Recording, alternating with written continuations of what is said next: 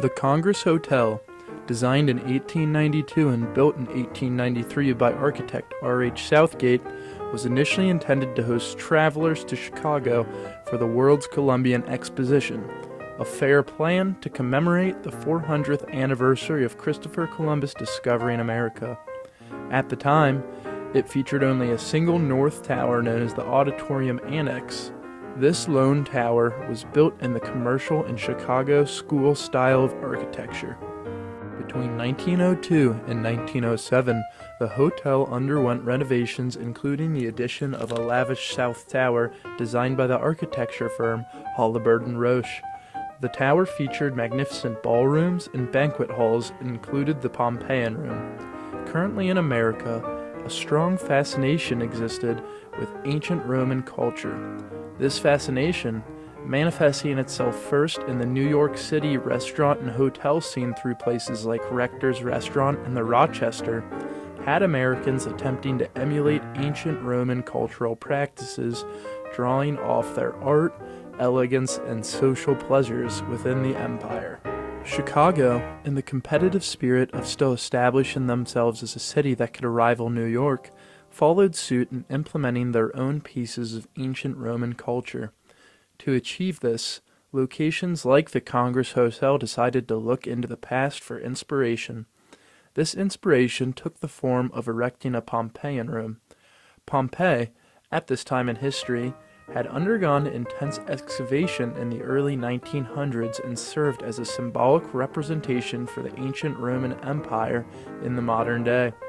This made it the perfect figurehead for a room meant to draw its identity from Rome itself. It resembled an ancient Roman villa with the Tiffany fountain at its centerpiece. This fountain, initially designed to mirror famous geysers of Yellowstone National Park, was placed looming over a miniature model of the city of Pompeii. This drew comparisons between the actual destruction of Pompeii with the water from the fountain erupting onto the model city below. With the embrace of popular culture in the early 1900s, the Pompeian Room served as a melting pot for all levels of society. Given its disposition towards representing both fine Roman cultural practices as well as its social party and banquet side of the room, it attracted a wide variety of crowds. When combining this with Prohibition at the time, the room's purpose shifted almost in every day-to-day basis. On one day, crowds before a show could be pouring in for a meal at the restaurant, then an after-play nightcap. On the next, the room could play host to gangsters like Al Capone and John Deeringer. People like Reverend Hopkins and his booze cruise further attempted to disparage this room and its role in society. Given the Pompeians' room mirroring of ancient Roman banquet celebratory grounds, it was the perfect symbolic representation for illegal parties and speakeasies during this time in history. Global fascination with ancient Roman culture took a brief hiatus with the emergence of World War II. Excavation of Pompeii ceased, and the Congress Hotel was repurposed to train Air Force officers. With World War II ending, American lives were finally returning to normal. People resumed old traits and embraced new habits, including the normalization of eating out. This gave incentive for the current owners of the Congress Hotel, the Pick Foundation, to once again look into the past for inspiration and hire Louis Grell to renovate the Pompeian Room and Restaurant. In 1955, Grell added 3 massive murals surrounding the room on the walls, including Jupiter on his throne, Bacchus, and the abduction of Europa.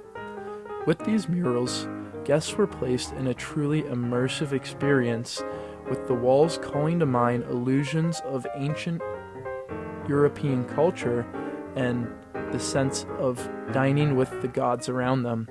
Grell also designed the Red Menu, featuring Emperor Nero. All these elements took on the role of creating a Roman cultural experience in which guests could truly be able to dine like Nero. Sadly, in the present day, the Pompeian Room has been destroyed and removed from the hotel to allow the street in front to widen. Now in the modern day, the hotel still hosts guests from all across the world, but also serves as a national landmark for hauntings in America. It attracts people from all across the country to spend a night in some of the most haunted rooms in America.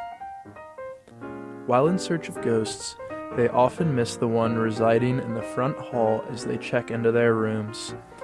Resting in the foyer's walls of the Congress Hotel are the remaining relic-like images of the Pompeian Room, a specter of the time long past.